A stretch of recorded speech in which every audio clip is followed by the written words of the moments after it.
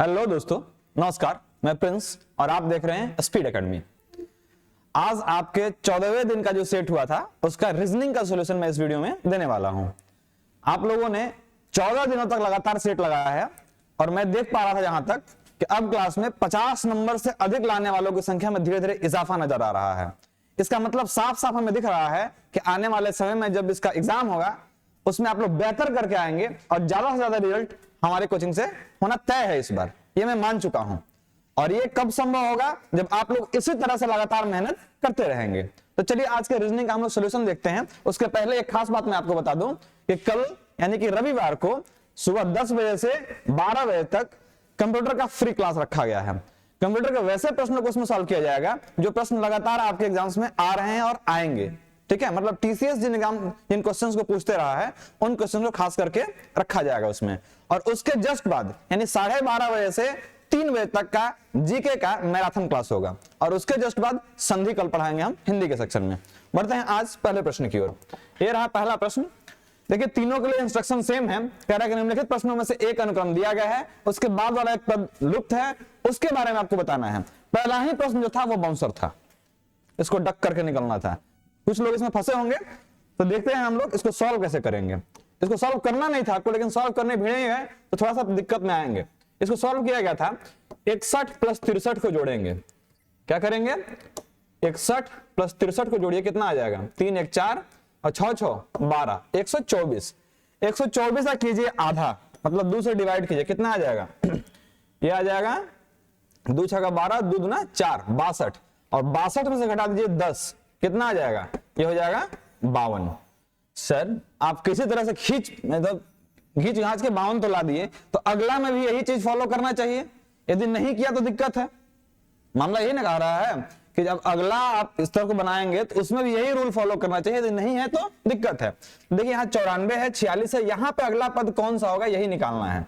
मतलब सर यदि 94 में ये अगला पद हम जोड़ेंगे, जैसा कि हमने इधर था 61 में 63, तो 94 में जब अगला पद हम जोड़ेंगे उसका आधा करेंगे और उसमें से 10 माइनस करेंगे तो 46 आना चाहिए। बात यही स्पष्ट। चलिए हम इसको सॉल्व करके देखते हैं। यानी हमें 94 प्लस x को जोड़ना है, जोड़ने के बाद उसको 2 से डिवाइड करना है, तब जाके वो 46 प्लस 10 आना चाहिए। इसको थोड़ा सा मैं साइड करके लिखता हूं ताकि आपको बात जो हो वह स्पष्टता नजर आए। क्या क्या है भाई? 94 जो है उसमें हमें x जोड़ना है। यहां कुछ पता नहीं है तो हम x तो ले ही सकते हैं। तो 94 में x जोड़ना है प्लस उसको क्या करना है? 2 से डिवाइड करना है ताकि वो 46 प्लस 10 आए। क्योंकि इधर जो आ रहा था उसमें 10 माइनस किया गया था तो 52 आया था, यानी कि इसमें 10 प्लस करना पड़ेगा। इसको हम सॉल्व करने की कोशिश करते हैं। 46 प्लस 10 56 और 56 में 2 इधर भागा में था तो गुना में 56 गुना 2 112 और 94 प्लस x है, यानी कि इसमें से 94 घटाते हैं, कितना मिलेगा? 8 और ये 10 में से 9 गया 1 18। ऐसा कोई ऑप्शन है? Option B. इस तरह से रीजनिंग को सॉल्व करना था। ये काफी टफ था। यदि मैं भी होता एग्जाम में तो इसको छोड़ के एक बार आगे बढ़ जाता। तो ठीक है, आपको ये समझ में आना चाहिए कि किन प्रश्नों को हमें एक बार में भीड़ के कर देना है और किन प्रश्नों को छोड़ के आगे बढ़ना है। ठीक है, क्योंकि ऐसा सोच नहीं पाते आप वहां, ये मैंने बाद में सोचा तो इस तरह का हमें ट्रिक इसका समझ में आया। अगले प्रश्न की ओर बढ़ेंगे। टी क्यू एन के इस तरह का एक सीरीज दिया हुआ है, आप यहां से देख पा रहे होंगे। टी से क्यू बढ़िए, आपको दिख रहा होगा क्यू आर एस टी, यहां 3 माइनस हो रहा है। फिर क्यू से एन बढ़ते हैं, फिर से 3 माइनस, एन से के जाते हैं, फिर से 3 माइनस, मतलब धीरे धीरे धीरे धीरे 3 माइनस होते जा रहा है। आप बी तक पहुंच गए, ई से बी तक पहुंचते हैं तो -3, लेकिन बी से वाई तक पहुंचते हैं तो फिर से आपको क्या दिख रहा है? ये भी फिर से -3, सब में -3 होते जा रहा है। मतलब पी के बाद -3 होना चाहिए। हम एक ऑप्शन ऐसा पकड़ते हैं जो प्लस में हो, क्योंकि आप माइनस जब करते हैं ना आपका दिमाग जो है रिवर्स करने में थोड़ा सा टाइम लेता है, लेकिन जब पॉजिटिव वे में आप जाते हैं तो आपका दिमाग बहुत तेज काम करता है। तो देखिए इसमें 3 का अंतर किसमें है? आई से पढ़ते हैं आई जे के और के बाद एल एम एन, ये 3 जा रहा है, लेकिन पी से 3 कम होने के बाद एन आता है, एन ओ पी, ये मात्र 2 ही में आ जा रहा है, ये वाला ऑप्शन कट जाएगा। इसमें आते हैं जी H I J J K L M और एम के बाद एम एन ओ पी, और ये 3 यदि इसमें बढ़ाते हैं तो आपका पी तक पहुंच जाता है। ऑप्शन आपका सी सही हो जाएगा। बस आपको ये पकड़ना था कि किसमें 3 का गैप है और इस सीरीज को पूरा कर रहा है, इसका ऑप्शन वहीं से निकल जाता। अगला आ रहा है ए जेड सी एक्स ई भी, इस तरह से है। और यहाँ पे और यहाँ क्या क्या आएगा इसको भरना था। आप यहां से लेके चलिए, ए से बढ़ रहे हैं 2 तो सी, सी से बढ़ रहे हैं डी ई 2, और ई से बढ़ रहे हैं जी फिर से 2, तो जी के बाद 2 और बढ़ेंगे जी एच आई, यानी कि ऑप्शन में पहला जो होना चाहिए वर्ड आई होना चाहिए। यहां पे दिख रहा है और यहां पे दिख रहा है, बाकी 2 तो ऐसे ही कट गए, यानी बी और सी ऑप्शन कट गए। अब ए और डी पे काम करना है। आगे बढ़ते हैं सर। जेड से 1 माइनस एक्स, एक्स वाई यानी कि 2 माइनस यहां हो रहा है, फिर यहां पे भी 2 माइनस, यहां भी 2 माइनस, यहां भी आगे जाएंगे तो देखिए यहां से ये तो निकाल लिए हम, यहां भी 2 माइनस होना चाहिए हमारा। जब 2 माइनस होगा तो क्या होगा, टी से 2 माइनस, तो आर एस टी, तो आर आना चाहिए। यहां पे भी आर है, यहां आर है, अभी भी 2 ऑप्शन को लेके चलेंगे, यानी अगले वाले ऑप्शन की ओर चलते हैं। यहां ला गया हमारा आई और आर, यहां पे आई और आर होगा। जब आगे बढ़ते हैं तो आई के बाद यहां बढ़िए टी, यहां आई आर लिख देते हैं हम ताकि आपको समझने में आसानी रहेगी। फिर यहां से आगे बढ़िए जी एच आई आई जे के के बाद एल एम, और एम किस में था, इसमें फर्स्ट में था, इसलिए ऑप्शन डी आपका सही हो, चूंकि इसमें एन दिया हुआ था, एन तो सही होगा नहीं, यहाँ एम आना चाहिए, तो एम यहां से लेकर हम पहले ही सही कर देंगे। क्योंकि देखिए हम यहाँ पे दूसरा ऑप्शन नहीं भी लेते हैं ना, ये आर निकालने की जरूरत हमें नहीं थी, यदि यहीं से बढ़ते जी एच आई आई जे के एल एम, और एम हमें दिख रहा था, यहाँ आई और एम सिर्फ इसमें था, यहाँ आई और एम था, तो ऐसे ही कट जाता, बाकी दोनों तो कटे हुए थे, यहीं केवल डी ऑप्शन हो जाता। इस तरह से इसको सॉल्व कर सकते थे। क्वेश्चन नंबर 4 को देखते हैं।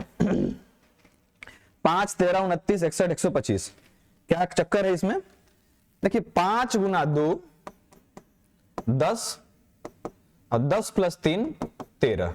अच्छा फिर बढ़ते हैं, 13 गुना 2 26, और 26 प्लस 3 29। बहुत बढ़िया, मतलब यही सीरीज फॉलो कर रहा है। सीधे इसमें 2 से गुना करते हैं, 125 गुना 2 250 प्लस 3 जोड़ते हैं 253, और ऑप्शन ए आपका सही आंसर हो जाएगा। इस तरह से 4 प्रश्न हमने कर लिए।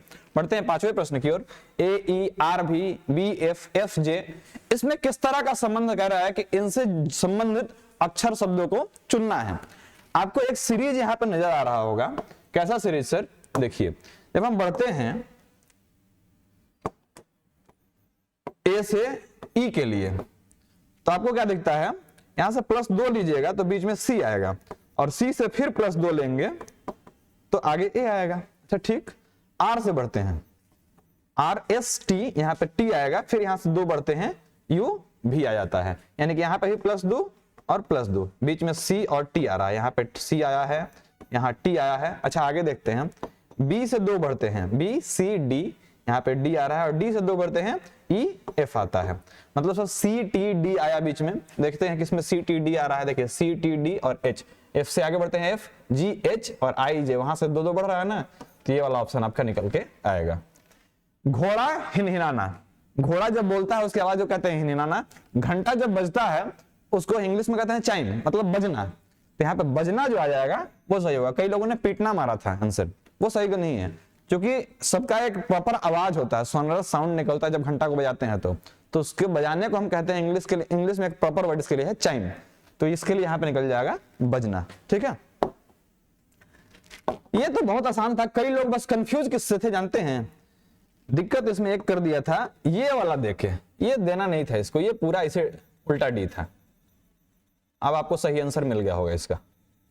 कई लोग ये सोच रहे थे कि ये कुछ अलग ही साइन है, अलग साइन नहीं है, बस ये भरा हुआ रहता तो आपको मजा आ जाता, बस आप इसका आंसर निकाल लेते। कह रहा था कि ये किसका प्रतीक है, देखिए ये बॉक्स किसके लिए आता है, ये बॉक्स आता है 4 के लिए, ये बॉक्स 5 के लिए, यानी 4 5 से शुरू होना है, 4 5 से ये दोनों शुरू हो रहा है, ए और डी तो ऐसे ही कट गए। लास्ट का देखते हैं, कॉमन वर्ड है, इसके सेकंड लास्ट वाला कॉमन नहीं है, बस सेकंड लास्ट वाला निकाल लेंगे, आंसर निकल जाएगा। देखिए यहाँ पे सेकंड लास्ट पे कौन सा है, इस तरह का यू वाला, और ये कोड है 9 का, और 9 यहाँ पे है, ऑप्शन बी आपका बिल्कुल सही आंसर हो जाएगा। बाकी सबको चेक ही नहीं करना है, क्योंकि चेक कीजिएगा आपका समय लॉस होगा, और समय लॉस यदि कर दिए तो पता चलेगा कि मैथ्स नहीं बन पाया, आगे और सब्जेक्ट्स नहीं बन पाया, तो टाइम नहीं लगाना है, स्मार्ट वे अपनाइए। कह रहा है कि रोशन हार्दिक से लंबा है। देखिए ये रैंकिंग से संबंधित कुछ प्रश्न होते हैं, इनका ही मैं एक दिन क्लास दे दूंगा, जैसे मैंने आज वेन डायग्राम और उसका दिया था, डायरेक्शन का दिया था, एक दिन इसका भी मैं क्लास देने वाला हूं। रोशन हार्दिक से लंबा है, तो कई लोग इसको बड़ा छोटा वाला साइन लेकर बनाते हैं, हमें तो सबसे दिक्कत लगता है कि कई बच्चे बड़ा और छोटा का साइन ही नहीं जानते हैं कि एरो किस तरफ होगा, हम उस चीज को सीधे भूल जाएंगे। कैसे सॉल्व करेंगे, इस तरीके से आइए, ये तरीका सबसे कारगर होगा आपके लिए। क्या होगा सर? रोशन हार्दिक से लंबा है, रोशन को ऊपर लिखिए, रोशन पूरा नाम लिखिएगा, ठीक है, हार्दिक से लंबा है, क्योंकि अभी दो नाम आने वाले हैं। रोशन हार्दिक से लंबा है, हार्दिक सुशील से छोटा है, हार्दिक सुशील से छोटा है। अब पता नहीं है कि रोशन से लंबा है कि नहीं, लेकिन यहां हम लिख के रखेंगे सुशील, ठीक है, हार्दिक सुशील से छोटा है, ये बात क्लियर है, हार्दिक सुशील से छोटा है। नीजा हैरी से लंबी है, नीजा किससे लंबी है? हैरी से, लेकिन इन दोनों तीनों से कोई संबंध नीजा का अभी तक नहीं है, जब तक अगले लाइन को नहीं पढ़ते हैं। कह रहा है कि नीजा हैरी से लंबी है किंतु हार्दिक से छोटी है। हार्दिक से छोटी कौन है? देखिए जब भी किंतु वर्ड आएगा तो इसके लिए आएगा, ठीक है।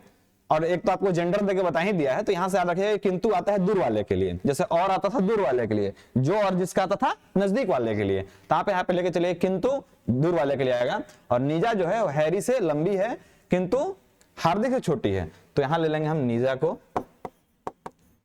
और नीजा किससे लंबी है? हैरी से लंबी है, हैरी से लंबी हो गई। कह रहा सुशील रोशन से छोटा है, पता चल गया कि सुशील जो है रोशन से छोटा है, मतलब ये सुशीलवा जो है इसको उठा के हमें यहां रखना पड़ेगा, समझ गए? चलिए दो को नहीं पकड़ा, चलिए सुशील जो है ये रोशन से छोटा हो गया। तो सबसे लंबा कौन है? सबसे लंबा रोशन ऊपर में बैठा हुआ है, यही सबसे लंबा हो जाएगा। इस तरह से आप निकालेंगे, बड़ा छोटा वाला साइन लेंगे, आप खुद ही कंफ्यूज हो जाएंगे, आंसर गलत हो जाएगा। पढ़ते हैं आगे।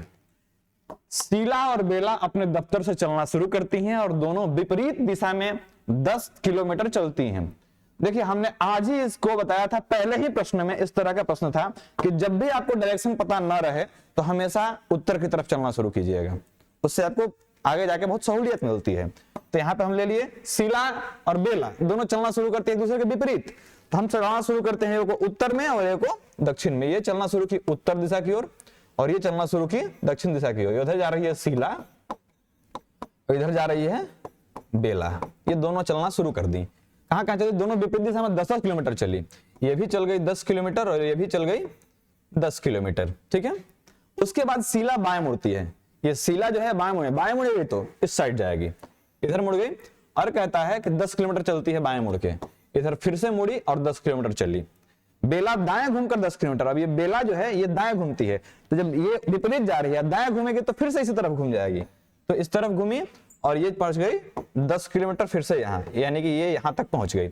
अब कह रहा है कि वे एक दूसरे से कितनी दूरी पर हैं? देखो ये यहां पहुंची है, शीला जो है वो यहां पहुंची है और बेला यहां पहुंची है, दोनों के बीच में यही ना मिनिमम दूरी होगी। तो कहता है कि दोनों के बीच में कितनी दूरी है? देखिए 10 किलोमीटर, जब ये 10 था तो ये भी 10 और ये 10 था इधर, तो इधर वाला भी 10, तो 10 और 10 20 किलोमीटर। ऑप्शन हो जाएगा इसका कहीं 20 किलोमीटर, ये रहा आपके सामने ऑप्शन 20 किलोमीटर, ये सही आंसर हो जाएगा। बढ़ते हैं आगे। अगला प्रश्न मैथ से संबंधित था, लेकिन आपको रीजनिंग में पूछ दिया तो आपको इसको डील करना ही पड़ेगा। कह रहा है कि 2486 को पूर्ण बनाने के लिए इनमें से किस सबसे छोटी संख्या को घटाना पड़ेगा? पूर्ण वर्ग इसको यहां लिखना था, ठीक है। पूर्ण वर्ग बनाने के लिए पूर्ण वर्ग बनाने के लिए इसमें से किसको घटाना पड़ेगा? देखिए 2486 के आसपास कौन सा पूर्ण वर्ग संख्या होता है, पहले इसको आपको सोचना पड़ेगा। सबसे आसान है कि 2400 के पास 2500 सोच लो, 50 इंटू 50 2500 हो जाएगा, लेकिन 2500 2486 से बड़ा हो गया और कह रहा है घटाना है जोड़ने के लिए, कहता तो हम तुरंत ही यहाँ पे 14 जोड़ देते, 2500 बनाते, काम खत्म। लेकिन घटाने कह रहा था, तब हमें याद आ रहा है सर कि 49 इंटू 49 करते हैं तो ये आता है 2401। तो सर इतना जल्दी कैसे निकाल लिए? ये निकालने के पीछे राज ये है कि मैंने आपको टास्क दिया था कि बाबू कम से कम 1 से 30 तक आपको वर्ग याद होना चाहिए। सुनाया कितने लोग? 1, भरा हुआ है 300 लोग, सुना रहा है 1, इसका मतलब कि 299 लोगों में खामी है और ये खामी आपकी जान ले लेगी। इससे बचने के लिए आपको करना क्या होगा कि कल फिर से इस टास्क को रिपीट कीजिएगा, कम से कम 30 तक आपको स्क्वायर और 20 तक क्यूब याद होना चाहिए, तब जाके आप इसको जल्दी कर पाएंगे। तो यहां मिला हमें 2401। अब यहां देखिए 2486 है, इसको 2401 बनाने के लिए कितना घटाना पड़ेगा?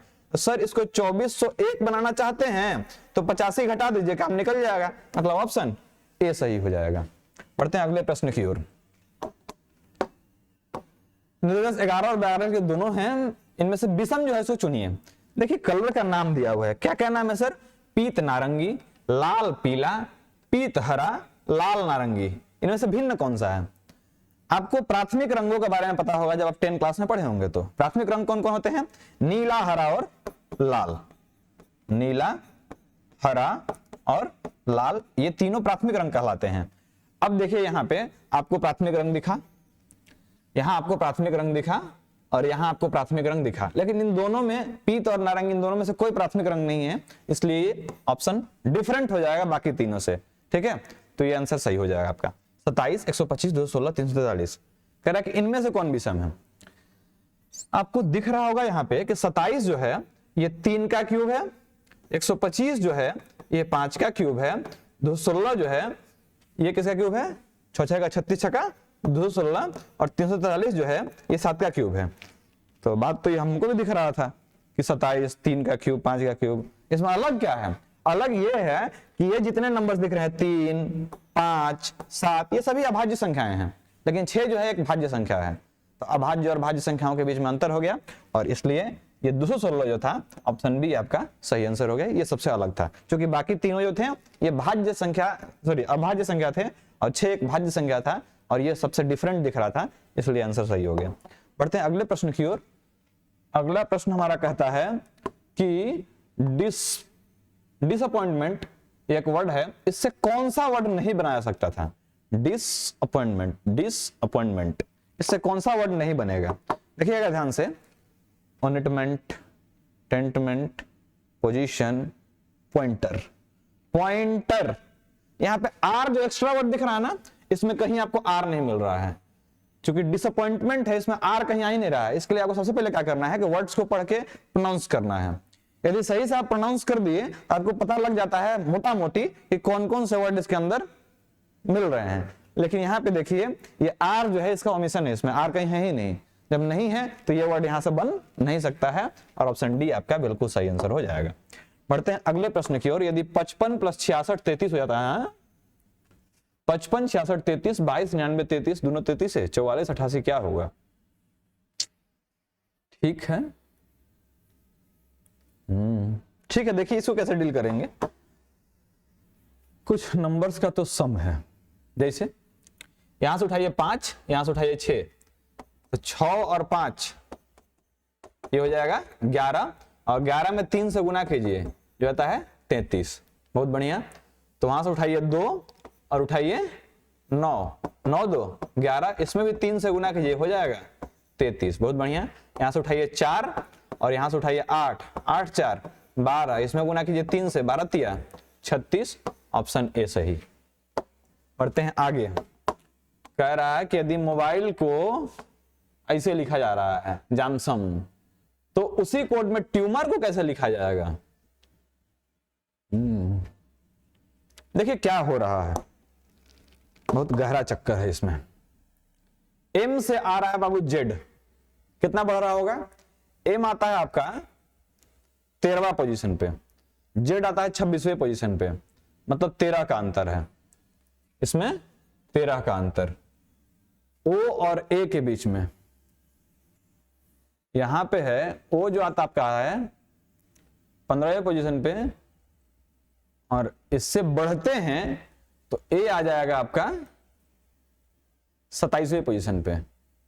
तो 15 और 27 में कितना का अंतर हो जाएगा? 12 का। ये 12 का अंतर दे रहा है। बी है दूसरे पोजीशन पे, उधर एम है, तो एम फिर से आपका 13वें पे है दूसरा, यहां 11 का अंतर है। मतलब एक सीरीज आपको दिख रहा होगा कि 13 12 11 10, यहां 10 हो जाएगा, यहां 9 हो जाएगा, यहां 8 का अंतर हो जाएगा। मतलब 13 से शुरू हो रहा है और ऐसे घटते जा रहा है अंतर उसका, वहां से सीधा सीधा बढ़ रहा है।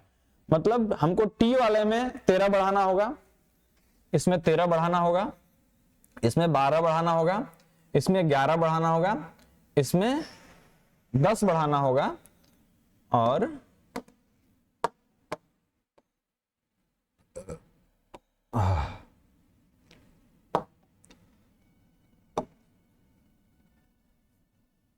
इसमें 11, इसमें 10 और इसमें 9, इस सब में ऐसा ऐसा बढ़ाइए, और बढ़ा के आपका क्या आंसर आएगा? देखिए आर में यदि 9 बढ़ाते हैं, STUVWXYZA,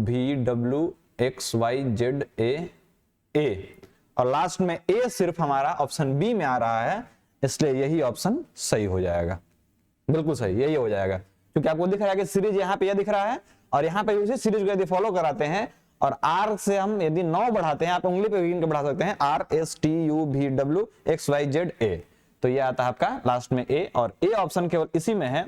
मैंने इसको इसलिए चूज किया कि सबका डिफरेंट था और यहां से गिन लेंगे तो आपका आ जाएगा, ये ऑप्शन सही हो जाएगा।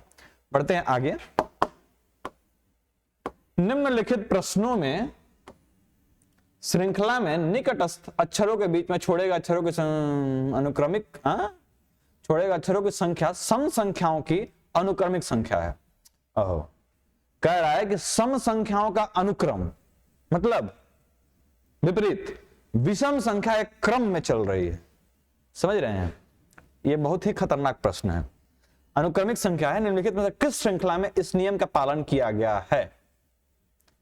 देखिए, सारा कुछ काटने पीटने के बाद आपको एक चीज दिखेगा कि बी ई, पहले इसको ले लेते हैं, जे क्यू और जेड, इसके बीच में संख्या को निकालते हैं। बी से ई के बीच में कितना गैप होगा? बी सी डी, इसमें 2 गो हो रहा होगा। ई से जे के बीच में ई, एफ जी एच आई जे 5, जे से क्यू के बीच में J, K L M N O P Q, इसमें 7, और क्यू से जेड के बीच में R S T U V W X Y Z 9।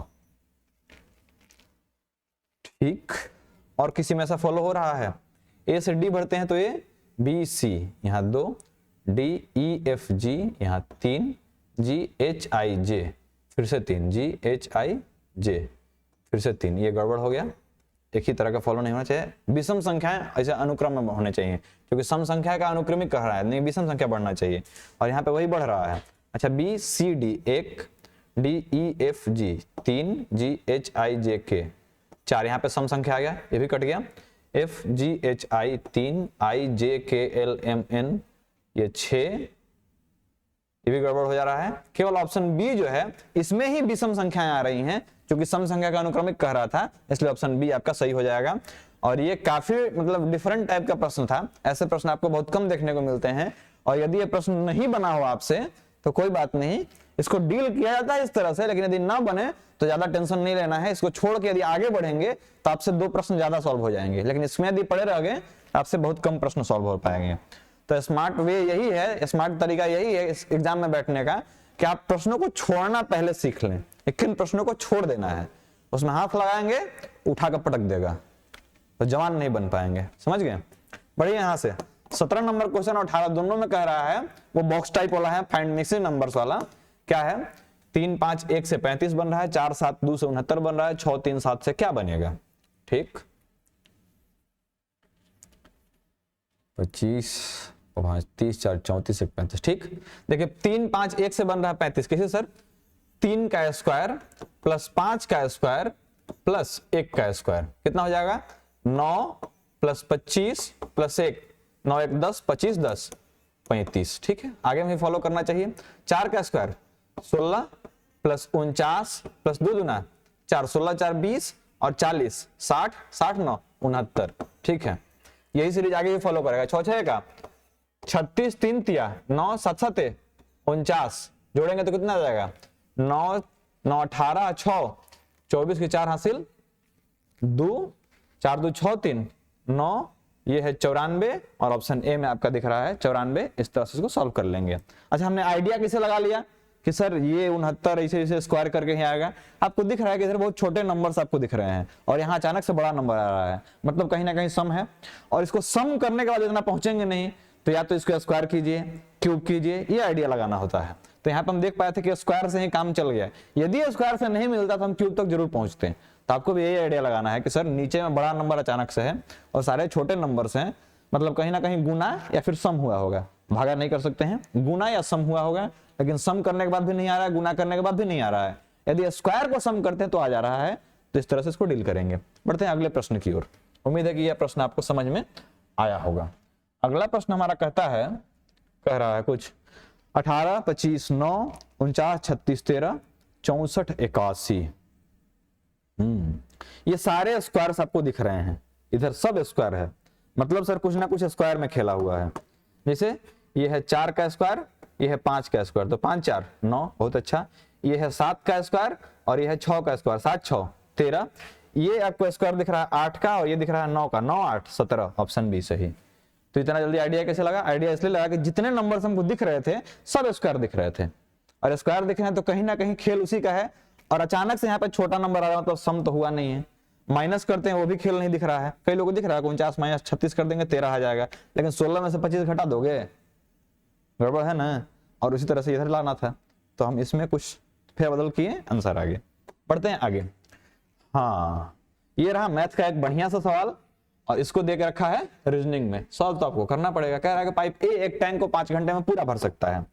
Pipe ए जो है एक टैंक को 5 घंटे में भर सकता है, परंतु टैंक में रिसाव होने के कारण उसे भरने में 3 घंटे अधिक लगते हैं।